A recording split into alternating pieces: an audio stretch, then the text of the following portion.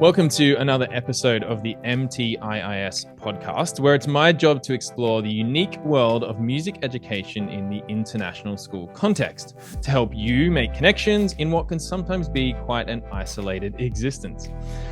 Thank you to everyone who has signed up to the Three Things newsletter, is what I'm calling it, which I hope you're finding to be a welcome addition to your already cluttered inboxes. It's basically a newsletter with three things. It's easy to subscribe, easy to cancel. So jump over to mtiis.co and you'll find the sign up there. Plus, we've been launching a bunch of goodies on the website lately, including some articles, some previous podcast show notes, and some exciting new professional learning opportunities. And these are highly curated experiences with experts in our field who have a deep understanding about context. You may even recognize some of them as previous guests on the show, so do check it out. Okay, so on to today's episode. I'm excited today to be speaking with Tina Arenas. Tina is an early childhood and elementary school music educator, currently working at the American School of Dubai.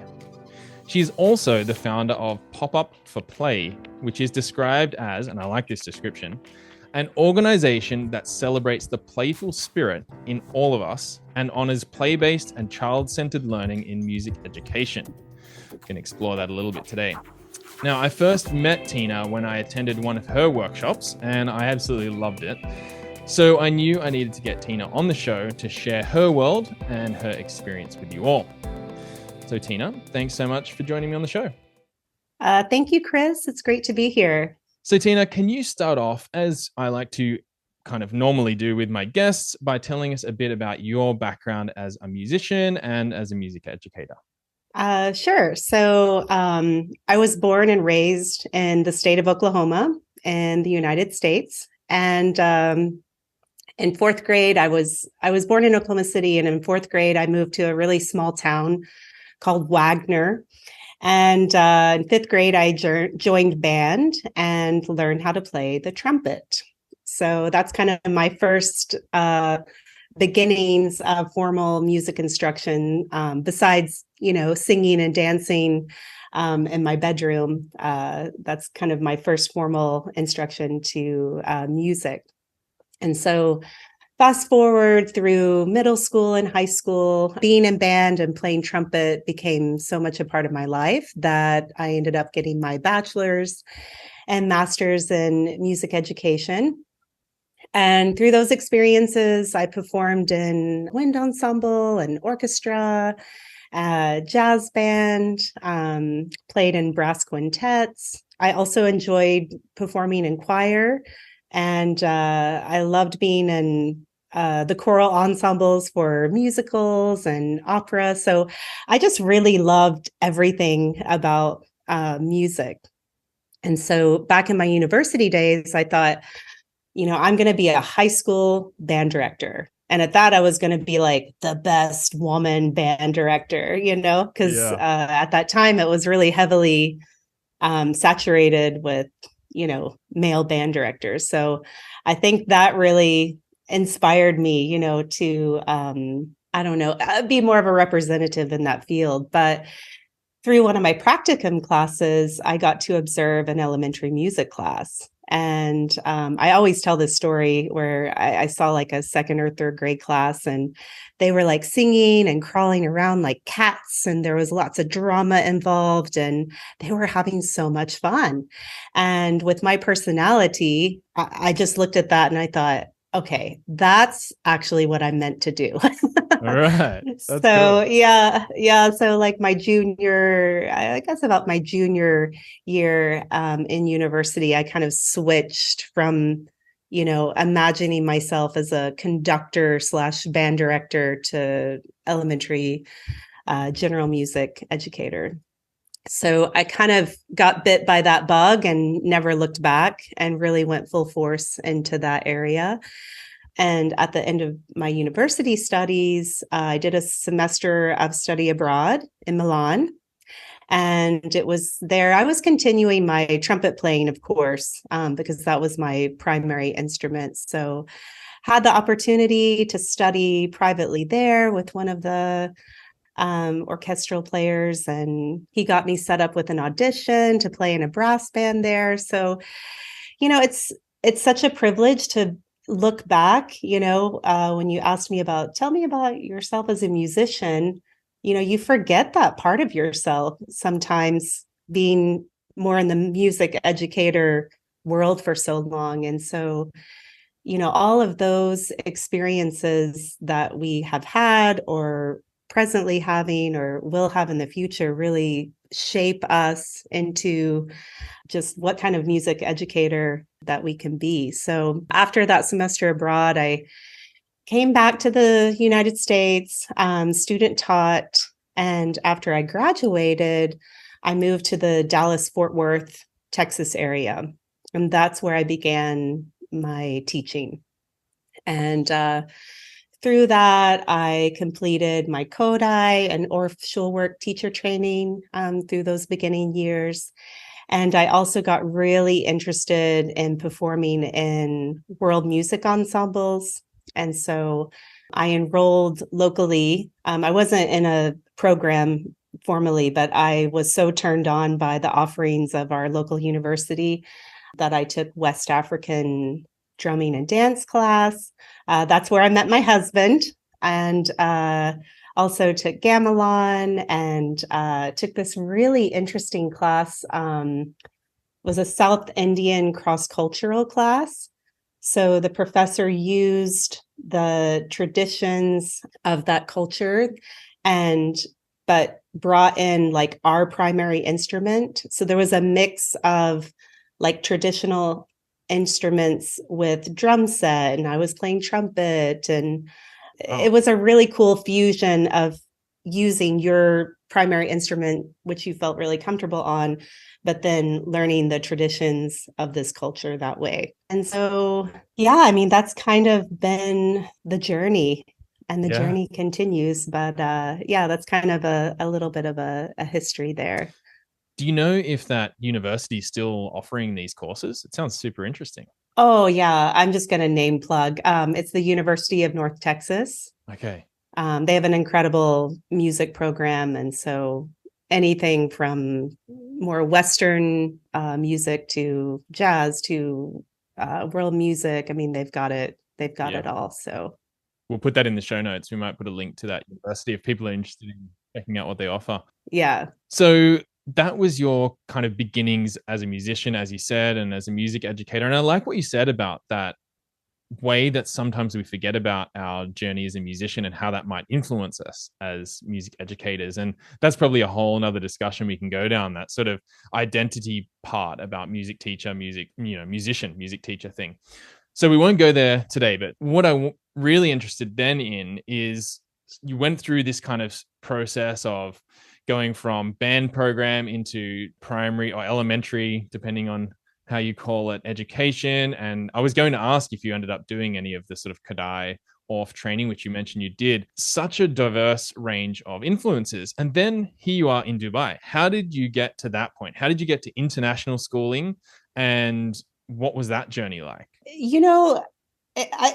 I first thought of, I didn't step on a plane until I was a junior in high school. I came from a small town. And so I had a French teacher that talked about going to France and doing a summer in France. And, my mom was like, no way.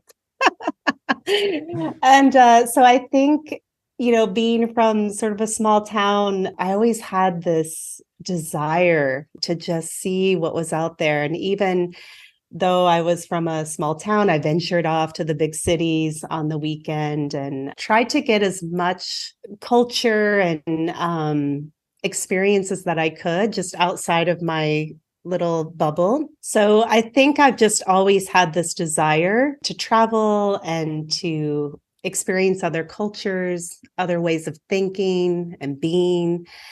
And so that's always been in there, that desire. Like I said, my husband and I, who's also a music educator, we met in West African drum and dance class. And so we had a lot of connections. We would go to coffee shops and talk about education and worldviews and all of these things kind of in our dating years. So that was always really important to us. And so we were both teaching in Texas. I had been teaching for 11 years already in public schools in Texas. And so there was a friend of ours that had moved to Dubai to teach at American School of Dubai. She was a music teacher. She and I had taught in the same district in Texas. And so she called us up and said, "Hey, listen, I know you've been thinking about this. We have 2 elementary music teaching positions open. You have to apply." Wow. And we didn't even know where Dubai was. It wasn't on our radar. We just kind of thought, okay, here's our chance. Like, when is that going to happen where there's 2 music teaching positions open? So we need to apply. So we applied. Of course, having that connection definitely helped. But we applied, we went through our interview process, and then, here we are. This is our 11th year at the same school. So I think it worked out. Wow. So just to clarify, you're both elementary school music teachers. Yeah. So I teach the early childhood division. So I teach pre-K, K1, and K2, essentially 3 to 6 year olds. And then my husband teaches grades 1 through 5. What's that like, working together in the same music department? Because I know in our community, there would be a number of people that may either have a partner that's also a musician or also interested in moving somewhere where they can both find a job. But there's some interesting things that might come along with working in the same music department together, especially in in an international school, in a new country, all those kinds of things. What's it like, or what's it been like for you guys? Yeah, I mean, I would say overall, definitely positive. The friend that I had mentioned who, urged us to come and apply, we were very excited to work with her. So, that team, I think we worked together for, gosh, I'm losing count, 6 years together on the same team. So that was especially fun because, you're working with your friend who is essentially like your family, really, when you've been friends for so long. We have, as far as my husband and I, we've really been able to grow and be challenged by each other. I think there's this like never ending support system as well, because if you want to try something out, or if you have an idea with the team, there's just this really nice support underneath of it. I think too, on the flip side, you really have to work on work-life balance. And that's not a buzzword kind of have to work on, is it? It's like you really do. It is essential because he's much better at it than I am, I think, as far as chit-chatting. I get in the car on the way home and I want to hear everything that happened. But I think deciding for yourselves and what's good for you and your partnership, it's good to have that work-life balance and not bring all of the things home, and to keep work at work. And of course, you're going to have those conversations at home. But now we try to really make it about something that we're inspired by, or something that is exciting to us. Like we have this spring, we have our music sharings coming back where it's interactive with the parents. And so we've been really buzzing about that at work and at home. But we try not to bring home like, oh, that was such a long meeting, or, these sorts of things. Yeah. Yeah. So I think overall it's been super positive. We've been able to kind of initiate things that are really also personally important to us. We're really driven by community music making. And I feel like we've really been able to make an impact with that at our school. That's great. Do you have complementary kind of skills as well, do you find? Or is there a lot of overlap? I think I tend to be a little bit more extroverted. He's a bit calmer. He's probably a little bit more detailed.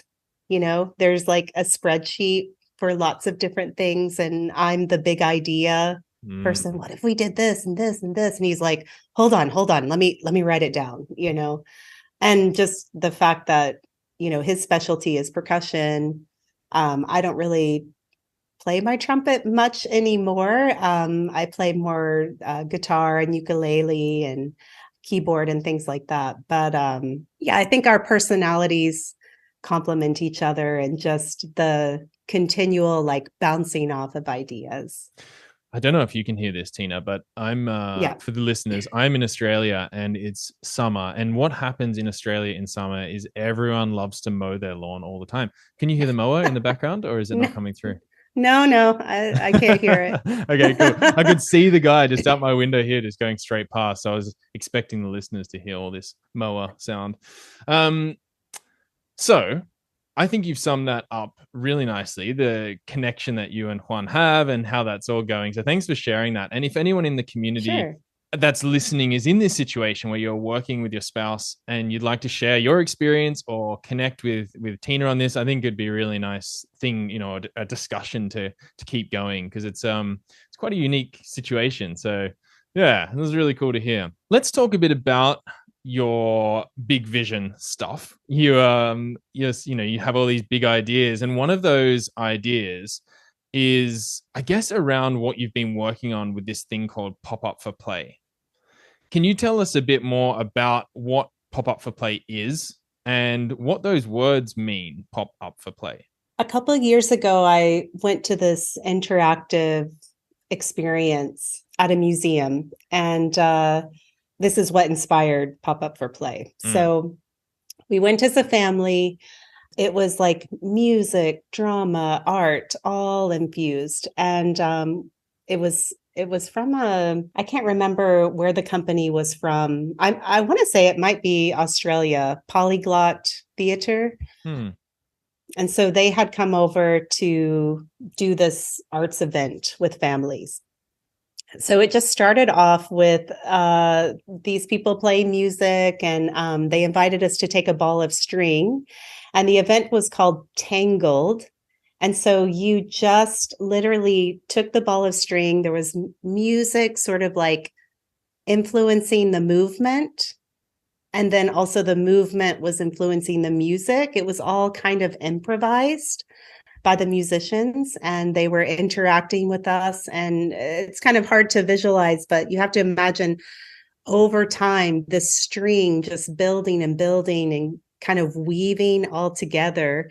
I was so inspired by that experience that I thought, this to me is what play and being playful and this is what it's all about. Like, we were totally immersed in the experience and sort of the flow of what we were doing.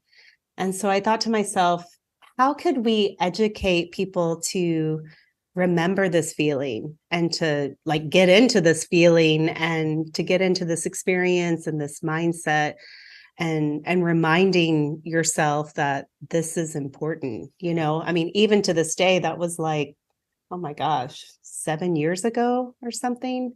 I just remember it so vividly. And I have the little, string hanging from my little memory board because it made such an impact. So that's where the idea came. We were driving home from that, and I said, I've really been thinking about starting something that includes all of these ideas and that helps people find this feeling. And I think it should be called Pop Up for Play. It just kind of popped up, pardon the pun, in my mind, because, it was something that was unexpected, but also very purposeful.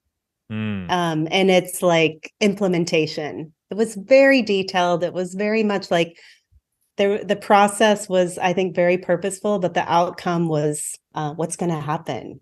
If we do this with this and include this, how is this going to, we don't know the answer that's going to come out of this, but whatever it is, it's going to be amazing, and it's going to be from the people experiencing it, not this is what you do, this is what's going to happen. So that's kind of backtracking on that question a little bit. Since then, I started really investigating about play and how beneficial it is to everybody, but specifically when, teaching young children. So for me, play is all about learning. Play is learning, and it's about finding your joy and being yourself and exploring and connecting and finding new parts to yourself that you didn't really know existed. So if I'm doing a workshop with teachers, or teaching students, like I want them to come away with this like newness, like, wow, I didn't know that was going to happen. Kind of like the string example that you experienced, that you want that for Yeah. your participants, your students or teachers. Yeah. Right, right. I just want to celebrate all of that playful spirit that's inside of everybody, and just to develop ways to get that to come out, because it's all about having first not just the experience, but the mindset around that is actually even more important. Could you give us an example of play, maybe in the classroom setting with your students? How have you taken this concept of either the mindset or maybe a practical activity and brought that into your classroom? Do you have a good example of what you do with your students? Yeah, I think overall for me, I'm going to go kind of backtrack, and I always think of this quote. I use it a lot, and it's posted kind of everywhere in my house and at school. And this quote has kind of guided me to inspire these sorts of experiences in the classroom. So I'll just read it. It's a quote by Julia Cameron, who wrote The Artist Way. And she talks about, we are ourselves creations, and we in turn are meant to continue creativity by being creative ourselves. So it's a lot in that one little quote. How Good one. how I interpret that is a way to honor that creativity is through play and playful experiences. And so I break this in by asking a lot of questions. So instead of dictating, let's say in a lesson, now do this, now do that, what would happen if we tried it this way? I notice, I see a lot of people are familiar with those questions. What would happen if we said the rhythm backwards now? If we're following a vocal exploration line, woo, woo, woo. Okay, now let's do it the other way. What if we turned it, up and down? What is that going to sound like? So really being creative with the way that you're just approaching what you're teaching, instead of just expecting like ABC. Great. I did the warm up, check. I did my rhythm counting, check. Really starting to play around with what you expect the kids to do, or what experience you want them to have. So I use this a lot in movement. I think it becomes really a natural way to use it in movement. That's where I started being a little bit more playful. Because in my Kodaly and Orff work training, I've also had a lot of movement masterclass training. And what I noticed was the teachers that were so sort of masterful at getting you out of your shell and getting you to be more creative and playful, they were asking the questions. And they were questions like without judgment. So sort of a practical one would be, if you're doing something with movement and shapes, it's like, okay, can you make a high shape? Now, can you make a low shape? Now choose high or low. What would it look like if we made a middle shape? And let them figure that out. Oh, now let's take that shape, and can you connect it to a partner? Now, is there a new shape you can make with your partner? So it's just like boom, boom, boom.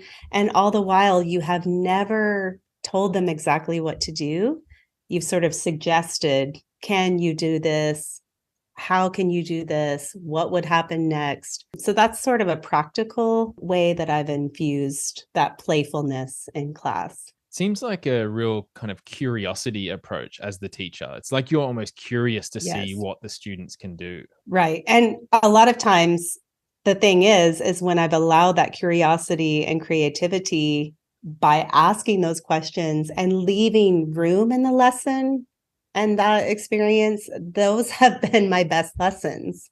The lessons where I've tried to dictate everything, those haven't been my best. Yeah. So I remember the workshop I did with you, and there must have been, what, 40 adults in the room. And now that you're saying this questioning approach, it transported me immediately back because I remember you doing that.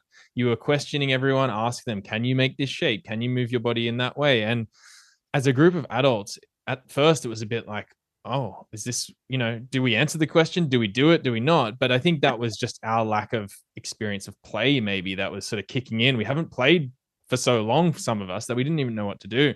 But it didn't take long, the questions and leaving yeah. the space for us to try, that really worked. So I can really hear that coming across.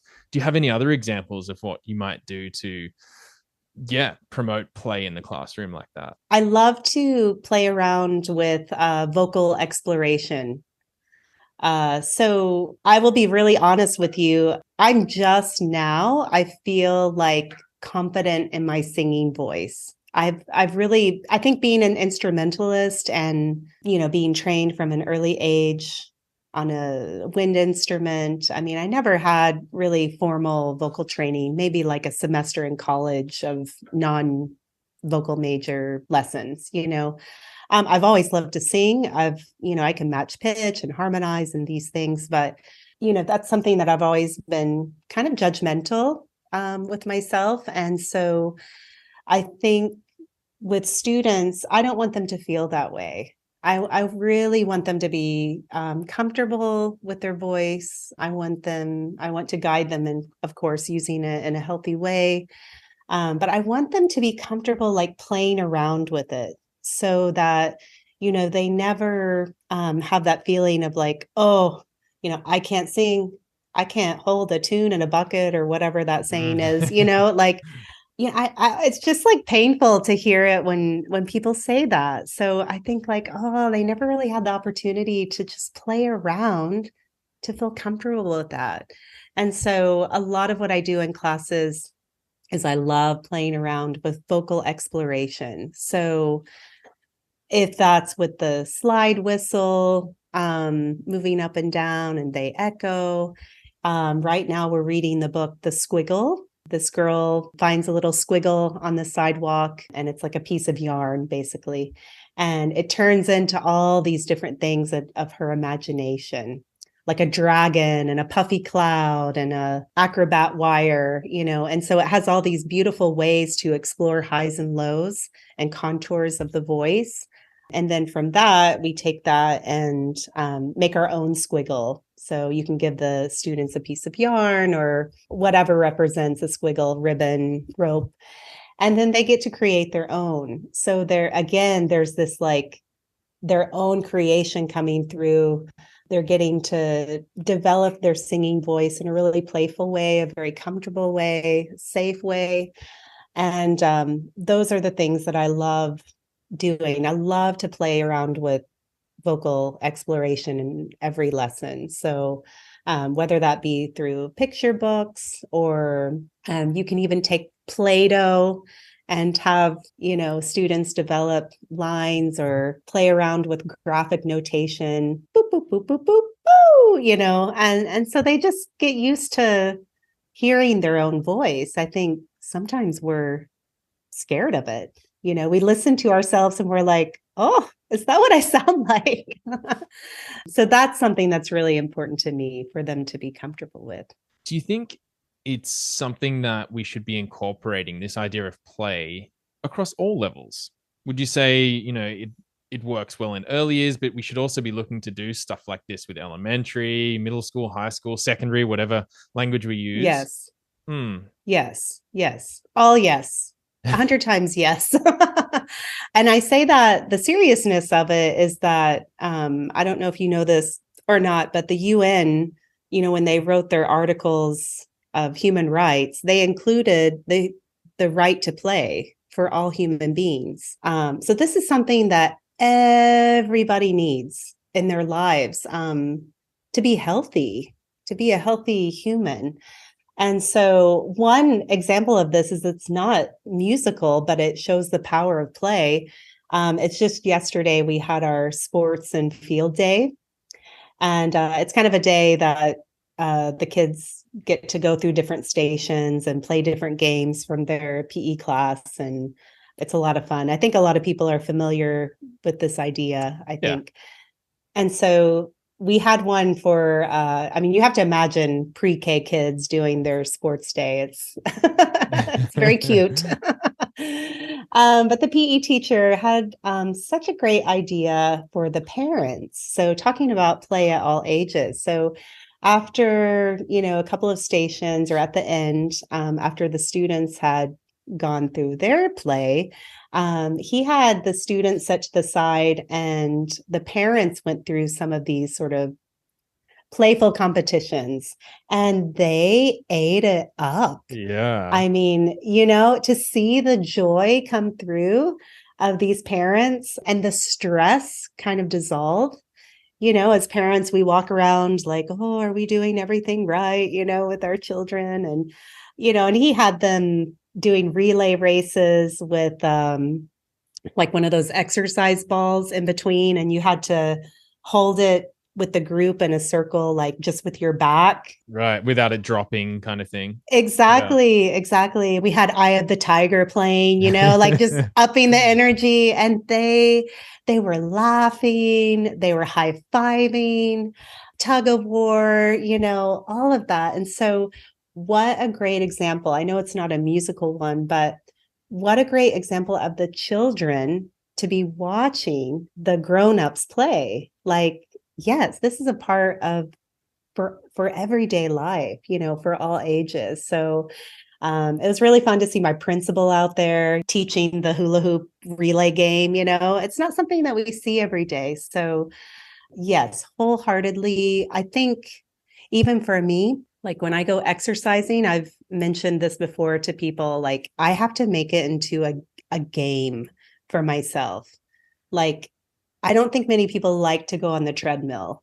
So I make it into a game. I call my exercise like a silly, I don't know, what have I called it before? Top 10 like rounds, or I don't know, something silly to just get me going, thirsty 13, like, okay, after this, I'm going to just something silly. So yeah, we just need it in our daily lives because, we have to be honest, like life isn't always rainbow and sunshine, right? We're going to deal with sickness. We're going to deal with people passing on to the next life. We're going to have these moments where it's hard. Your water tank bust, your floor is flooded, so you need these playful things in your life to balance out the not so fun things. And I think just kind of making it into more of a musical example, as far as like with secondary examples, I feel like the best way to start is with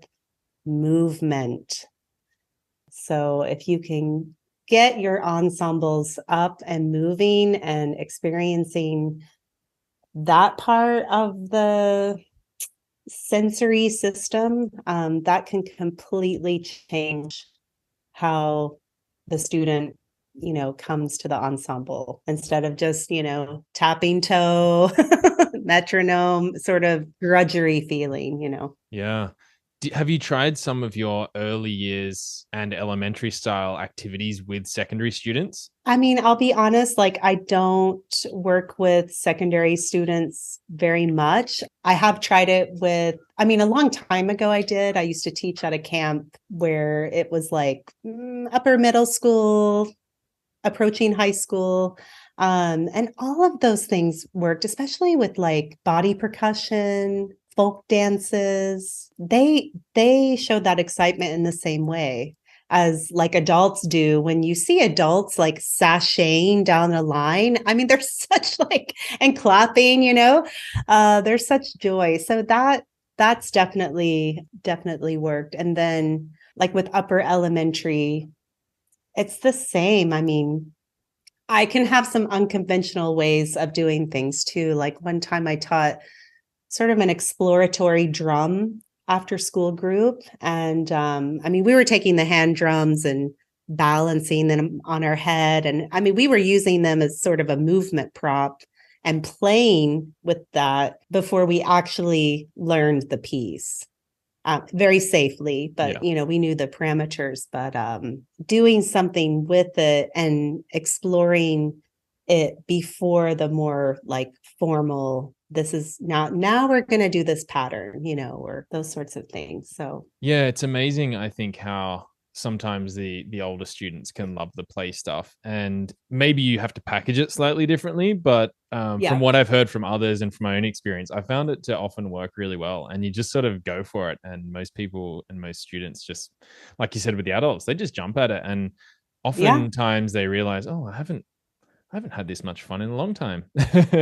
Yeah, I know. Yeah, and that's a good reminder for ourselves. I always think, and when I've done these sort of talks before, is like, what advice would you give? And it's like, ask yourself this question. Have you played today? What have you done to play? If you haven't played, you know, you probably need to. It's 8 p.m. It's 8 p.m. What can I do, to finish this day off playfully? I'm just thinking about people who are listening to this and thinking there's some great ideas or they want to know more. Are you doing more with this pop up for play concept? Are you working with teachers? And if so, how could people work with you on this stuff? Yeah. So just in addition to what I, do at my sort of day-to-day job at American School of Dubai, I love working with other music teachers, presenting workshops or helping them think creatively with their approach or their curriculum that they're using. So I'll continue to offer workshops in the fall and beyond. I'm starting to work with teachers kind of one-on-one. I'm noticing that I get a lot of questions. Hey, can you help me with this specific lesson? Or what are your ideas with this song? Or I just had a friend message me the other night. Oh, I'm scared about this performance I have to do with my kindergartners, with like 150 kindergartners all together. Oh, like what songs would be appropriate, And so I'm starting to kind of dive into that sort of, I guess, consulting or helping teachers with that, because a lot of times, and I felt this for a long time and still do, especially with early childhood, I think people get a little scared about it. I mean, when I first started teaching, I was terrified of kindergarten, terrified. I just they were too little and like too much for me. And now, I've been really focused on that age group for the past 11 years. And I call them my seniors because now they're my oldest group. And so, I'm really, I love helping teachers that especially are in that stage where they're just kind of unsure about that age, and to help them approach it like, okay, first of all, like, you don't have to be scared, and this is how you can approach it where you don't feel that way, Mm. and you feel like you can do it with these sort of ways of thinking or ways of approaching the musical content. So I'm helping teachers with that. I do have like a mini course in the works, but that will be coming much later in the fall. So that's what's up. I'm also starting to just locally run family music classes. That's something that's really important to me, is that parent and caregiver education. So I'm hosting those in our community. And if you want to reach out, we have a website, popupforplay.com. We have a newsletter, and I'm always active on Facebook and Instagram. So you can also reach out to at Pop Up for Play on those social media sites. That's great. And on the website, and firstly, we'll put that in the show notes so people know where to go. That'll all be there, and that's fantastic to know. But I was on your website just doing a bit of research for this episode, and I noticed that you sell music teacher specific aprons. And I don't know if this is just my kind of Australian background or whatever, but I'd never seen these before. And my wife's an art teacher. I've seen her aprons for that, for Yeah. art, and I was like, oh, for music. Okay, that's cool. So if it's just my ignorance and I haven't seen this before, and everyone's listening going, Chris, you should know about this already. I'm sorry. But aprons, like, so cool. And why might a music teacher wear an apron? And yeah, how did you come up with this idea? So it's not really my original idea for sure. I mean, like you said, I mean, there's art teachers that definitely need to have them. And then a couple of years ago, I noticed that was cropping up, especially in the US, this idea of like teacher aprons and kind of having everything at your disposal. So my mom is a seamstress. She's been a seamstress my entire life. So I kind of asked her, like, what do you think if we kind of created, this style, could you think of some, I had kind of a vision of like what I wanted, and she had the perfect pattern for it. And so we just worked together to create some fun aprons with fabric that she already had. That was really important to me, is, I don't want to go out and purchase new things. Yeah. Kind of the sustainability piece, right? So what could we use that you already have, and kind of serve music teachers in this way? And the response has been pretty good. I have people say to me like, oh, this is really great. I had my finger puppet ready. I have my phone ready, especially for teachers who have to travel from room to room, or they go to different sites. Sometimes you just don't have enough pockets, but you need those things right there. So I often have my egg shakers there, or my tuning fork I use a lot just for my own musicianship. Yeah, it's just great. It just keeps your hands free, especially for those lessons where you do need a couple little things near you to keep the flow, and I'm always losing things if I'm like, okay, I set this puppet over there and these shakers here. And that way I know at the beginning of the day, I have it all with me. So that's kind of the idea around it. That's great. So on the website, you can check these aprons out there. They're nice. I'm definitely going to Thank think you. about getting one. I think they're really cool. So Oh, thank you. yeah, no problem. We've covered quite a lot of ground in this conversation already. And I know people will be really enjoying sort of where we've gone with this, because we haven't really had someone on the podcast yet that focuses on early childhood, or early years, as I've been referring to it. We all have these different ways of expressing that. But I wanted to touch on a couple more things, and one of them being the international school context and how that might have influenced any changes to your pedagogy at all. Could you take us through any kind of exploration of that idea? I've learned just from teaching internationally. I think before, I come from Texas with a lot of my, I've always just taught in Texas. And, when you get in your bubble, you think, well, this is how you do things. This is what everyone else is doing. And you have a lot of support. But I think what I've learned is when you move to a different place, that there is no one way to do things. I had never like taught with so many people from New Zealand. I had never taught from so many people from Canada or from India, or all these different teachers coming together with their own sort of, this is what I did in my place, and now we're all coming together. And so it's something I really had to learn about myself, and maybe unlearn, to use that term, because that kind of came in. We talk about like, well, I'm from this place. I call it the waving the flag. Like, this is how we did it at my old school. It's like, I learned, like, don't say that.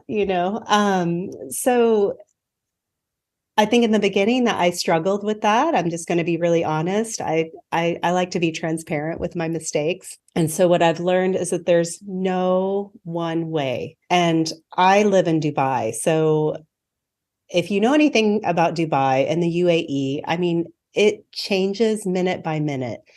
The restaurant that you had been to enjoying for like 2 years, it's gone. There's another restaurant that's taken over. I mean, it's just boom, boom, boom, boom. It changes so rapidly, and you have to adapt and have to adapt so quickly. So I think I had to kind of get over this whole feeling of like, oh, we've done it this way for 20 years, and this is the way that it's done, and be okay with that, and be okay to innovate. And I'm not afraid to try new things anymore. One thing that we had happen just recently, the UAE decided to institute like half-day Fridays. And so, when you have a school schedule that has to schedule around pre-K through grade 12. Yeah. And then you're told 2 days before winter break that this will be instituted on January 3rd or whatever the start of the school was. Yeah, this was like a year and a half ago that this happened. Yeah, I remember hearing about this. Yes. And we were just like, what? So that's how quickly you have to adapt. I mean, these sorts of ideas are mentioned kind of last minute. And so now we have a different schedule. And that's just something we had to get used to. And again, it goes back to, I struggle with that. Well, that's not okay. Like, kids should be in school 5 days a week, not 4.5. And this really messes up my whole schedule. And you can't do anything about it. It's out of your control. And so you do the best with it that you have. And now on the flip side, there's some advantages to that, Yeah. So yeah, I don't get bogged down now. I don't call myself like, I'm solely a Kodaly teacher, or I'm solely an Orff Schulwerk teacher, or, I'm a music teacher, and I pull from lots of different ideas and resources and philosophies to kind of create my own. And that's going to evolve over time, especially depending on the environment that I'm in, the culture, the context that I'm in. We used to go to school probably until like December 21st, until we have our winter break. And now we get out much quicker. So, it's just these sorts of changes that you have to kind of change your whole scope and sequence based on the calendar. And definitely makes you flexible and patient. Giving up control, Absolutely. Tina, I think we're going to leave it there. I think that's a really nice place to sort of end the conversation. There's other questions that I have, and I'm sure the community might have some more questions of you as well. So we'll be sure to leave all this information. I'm thinking about, even back to the book, The Squiggle. I want to go and check that out. And, the University of North Texas and what they're doing there. So we'll make sure that's all in the show notes so people can check that out. We'll obviously link to your website so people can get in touch with you if they want to do a workshop with you or see where you are and where you're delivering those workshops. I'm really looking forward to keeping in touch. And I think so will others that get to meet you and get to know you over the coming months and years. So I just want to say thank you for your time, for your transparency. I mean, you even said it yourself, but I really appreciate that, just sharing and going quite deep on your experience. So thank you so much for your time and what you had to share. Oh, thank you. It was such a pleasure and privilege. I appreciate it. Thank you for listening to this episode of the Music Teachers in International Schools podcast. Listen to other episodes by visiting mtiis.com or learn more about our community on Facebook by simply searching for Music Teachers in International Schools. If you know someone who you think I should get on the podcast, I'd love to hear from you. You can find me at chriskoelma.com, ChrisKoelma.com. See you next time.